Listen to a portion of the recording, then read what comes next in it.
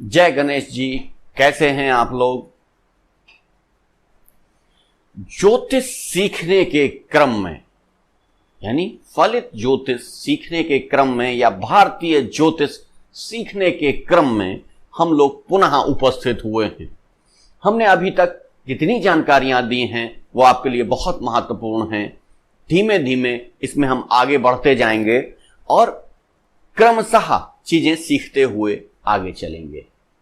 इसी क्रम में आज हम ले रहे हैं राशियों को, कि राशियों का स्वभाव कैसा होता है, राशियों का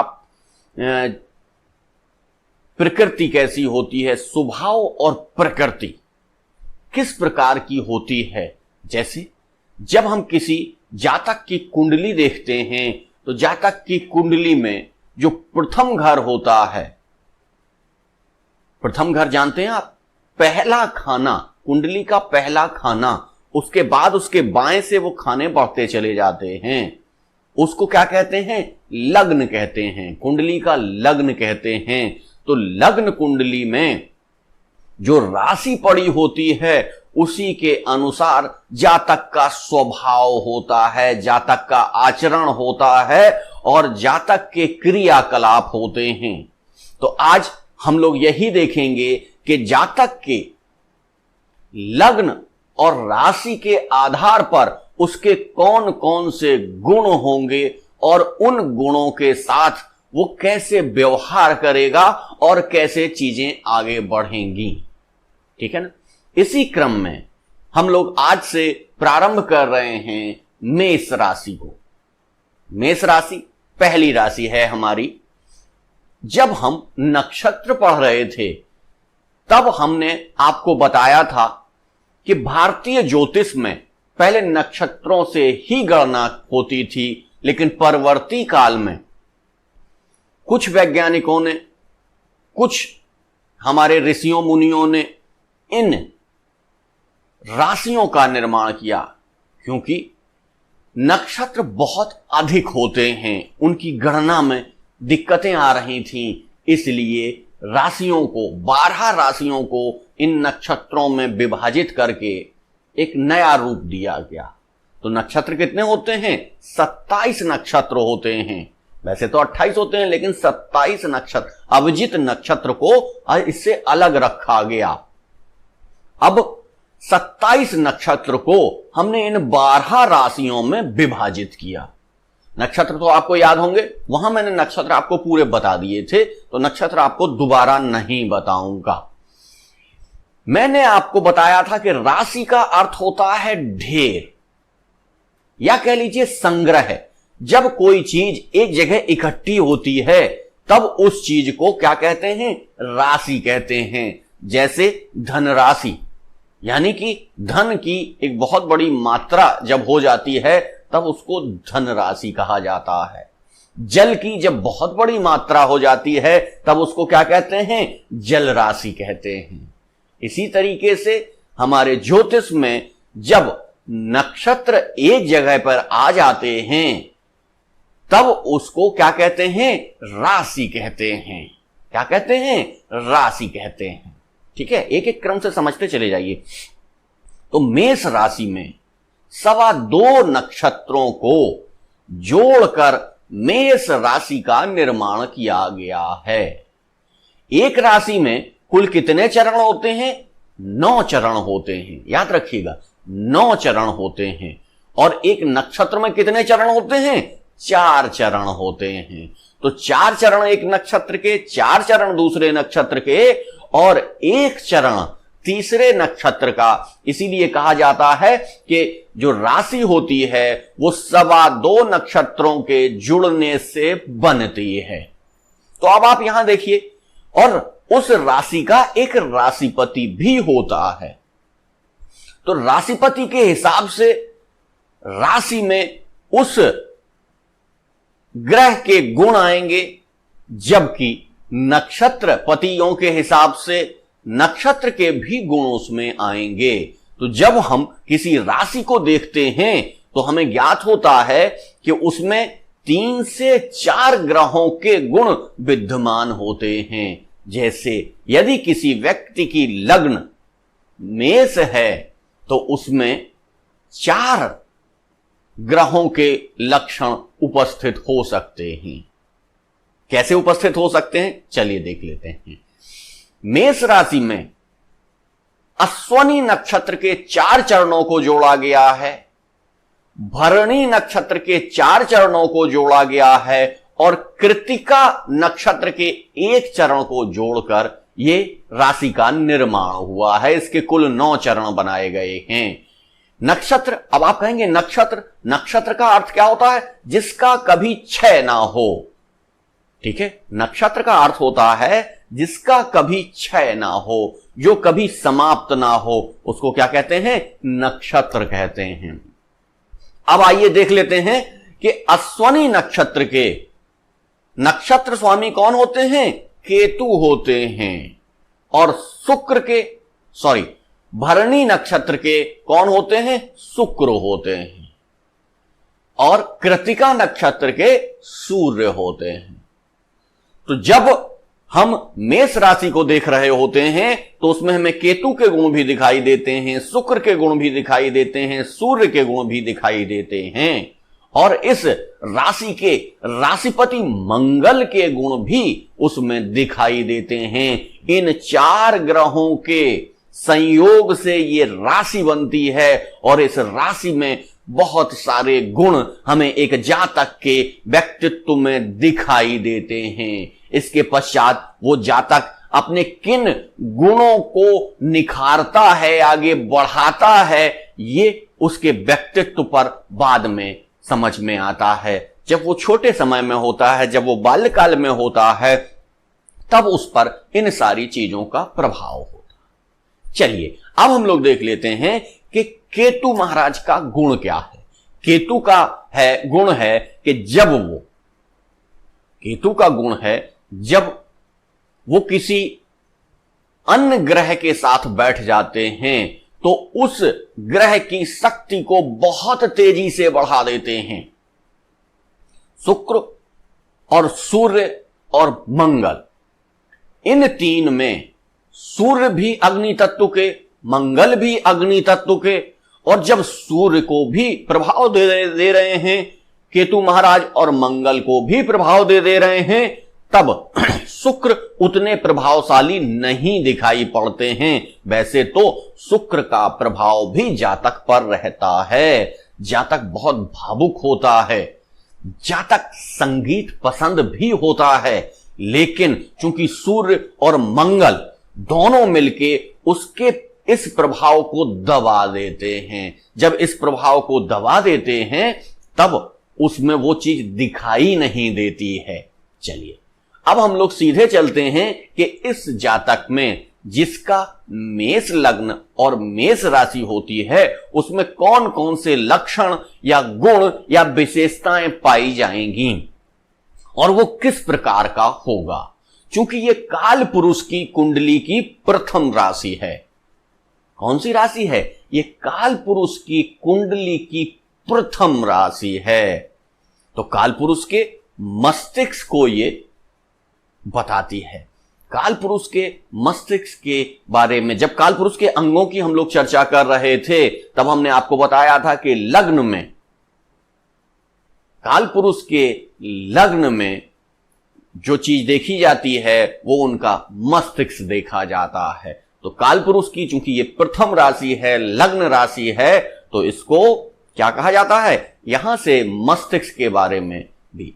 तो ऐसा जातक मस्तिष्क का बहुत धनी होता है, ये शक्तिशाली होता है और साहसी भी होता है। कैसा होता है? शक्तिशाली, शक्ति इसमें भरी पड़ी होती है और साहसी भी बहुत होता है। इसको डर नहीं होता है, किसी भी चीज का डर नहीं होता है। शहर का बालक है, उसको उठा के जंगल में भेज दीजिए, फिर भी जंगल में भी वो शहर के तरीके से ही घूमता हुआ दिखाई देगा। उन जंगली जानवरों से उसको डर नहीं लगेगा। तो इसकी सबसे महत्वपूर्ण चीज होती है कि एक तो इसमें शक्ति का जो पुंज होता है वो बहुत अधिक होता है और शक्ति के साथ साथ ये साहसी बहुत होता है। जिन राशियों में या जिन कुंडलियों में मंगल प्रभावित होता है या मंगल पीड़ित होता है, उन राशियों के जातक कहीं ना कहीं डरपोक होते हैं। लेकिन मेष राशि और मेष लग्न के जातक दृढ़ इच्छा शक्ति और साहस के साथ जीने वाले व्यक्ति होते हैं। अगली इनकी विशेषता है कि ये बिना भय के समस्याओं का सामना करते हैं। कोई भी समस्या आ गई तत्काल उसका निर्णय ले लेते हैं। उनका डिसीजन मेकिंग इतनी तेज होती है कि लोग समझ ही नहीं पाते हैं कि इतने जल्दबाजी में इन्होंने क्या कर लिया, और ये अपने शत्रुओं पर हावी हो जाते हैं। शत्रुओं को तो कहीं ना कहीं इनका एक नेगेटिव प्रभाव भी होता है कि ये जल्दबाजी कर देते हैं, लोगों को समझे बगैर ही उस पर आक्रमण कर देते हैं। हो सकता है वो व्यक्ति संधि करने आया हो, लेकिन उसकी बात को सुनते नहीं हैं और जल्दबाजी में ही उसके ऊपर आक्रमण कर देते हैं। तो कभी कभी ये जो उनकी जल्दबाजी की आदत है ये कभी कभी नेगेटिव भी हो जाती है, लेकिन अधिकतर मामलों में देखा गया है कि ये अपनी सारी समस्याओं को इसी तरीके से सुलझा लेते हैं, डरते किसी से नहीं हैं। जैसे अगर कोई व्यक्ति आ जाए और उसके बारे में इनको पता है कि ये बड़ा आतंकवादी है या बड़ा कोई वो है, लेकिन ये इनका एक ही ध्येय वाक्य होता है कि अगर हमारी बंदूक से गोली निकलेगी तो तुम मरोगे, तुम्हारी गोली से बंदूक निकलेगी तो हम मरेंगे।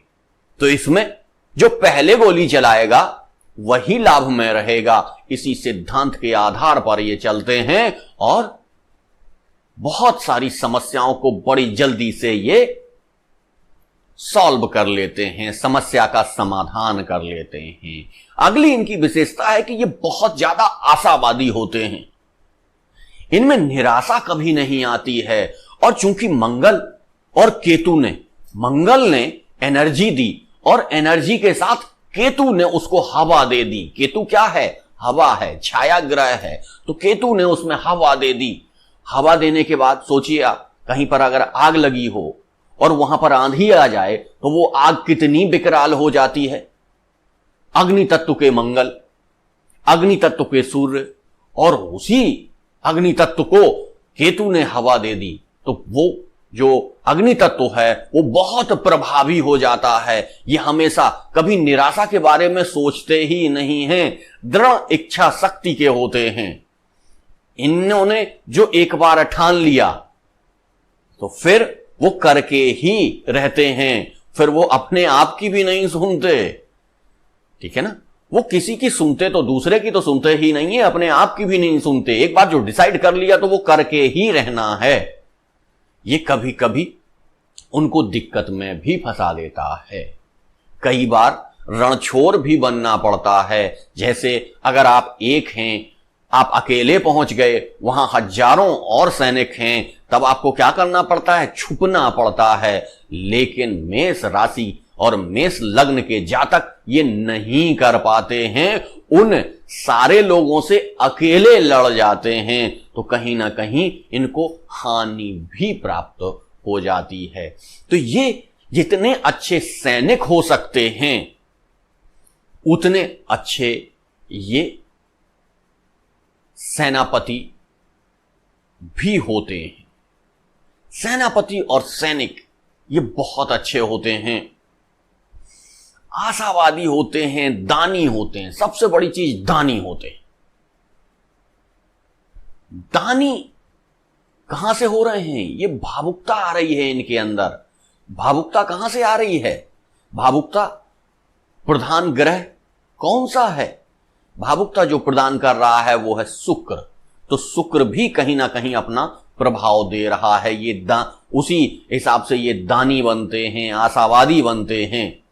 तो शुक्र का भी प्रभाव इनमें दिखाई देता है। अगर इनके पास खाने के लिए कुछ नहीं है और ये अपना खाना लेके बैठे हैं, उसी समय कोई आ गया और वो भूखा है तो ये अपना खाना उसको दे देंगे। मैंने कई बार देखा है कि मैं एक बार ट्रेन में यात्रा कर रहा था, उसी दौरान मेरा एक सैनिक से बातचीत हो गई और उन्होंने स्वयं नीचे बैठ के यात्रा की, मुझे पूरी सीट दे दी उन्होंने।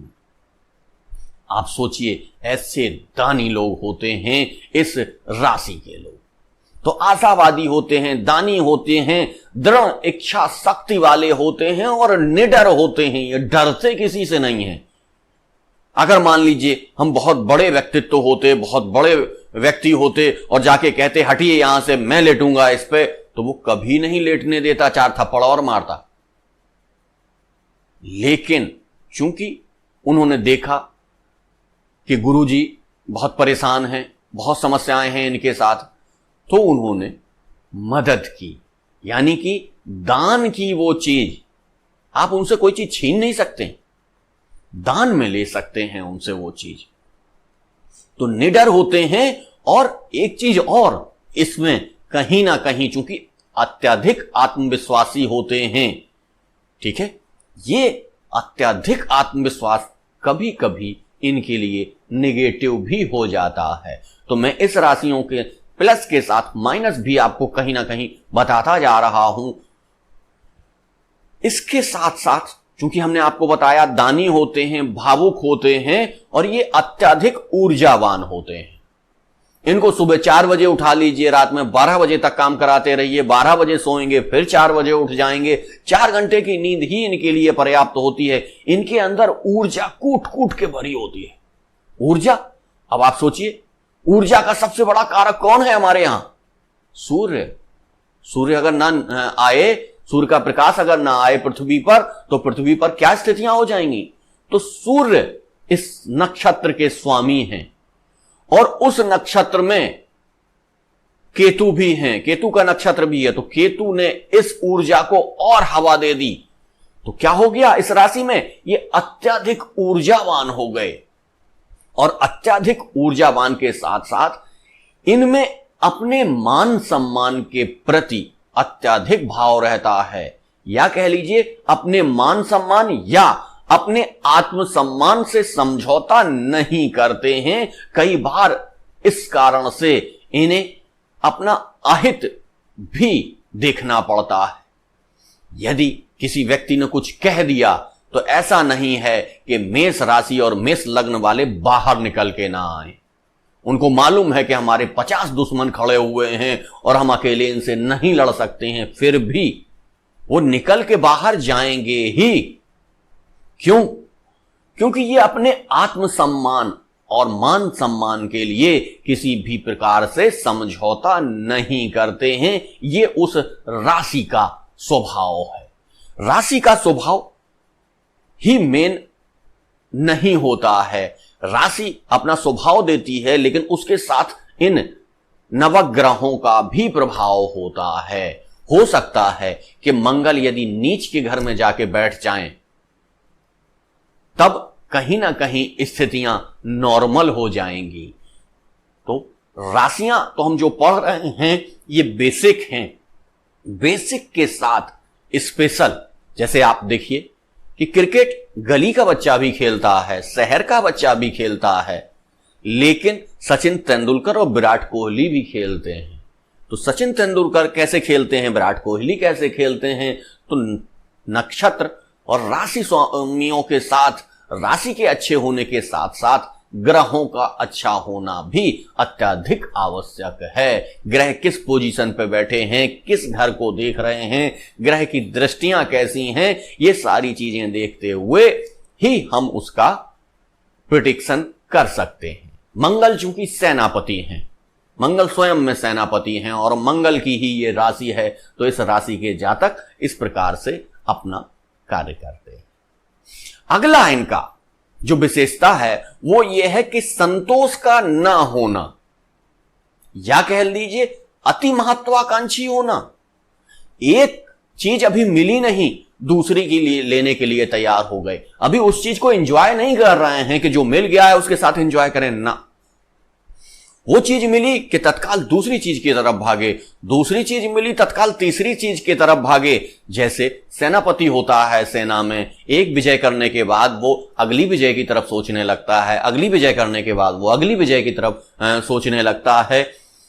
इसी सारी चीजों में चूंकि मंगल है, मंगल क्या है? सेनापति हैं, सूर्य क्या है?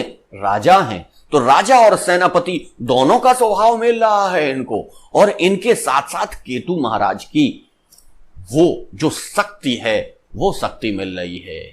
केतु जिन ग्रहों के साथ होते हैं, जिन नक्षत्रों के साथ होते हैं, उसमें अत्यधिक बल भर देते हैं। तो इसलिए इस राशि के जातक कभी संतोषी प्रवृत्ति के नहीं होते हैं। वो एक के पश्चात दूसरे कार्य पर लग जाते हैं। एक कार्य समाप्त नहीं हो पाता है और दूसरे कार्य के लिए वो चले जाते हैं, यानी कि अत्यधिक महत्वाकांक्षी होते हैं।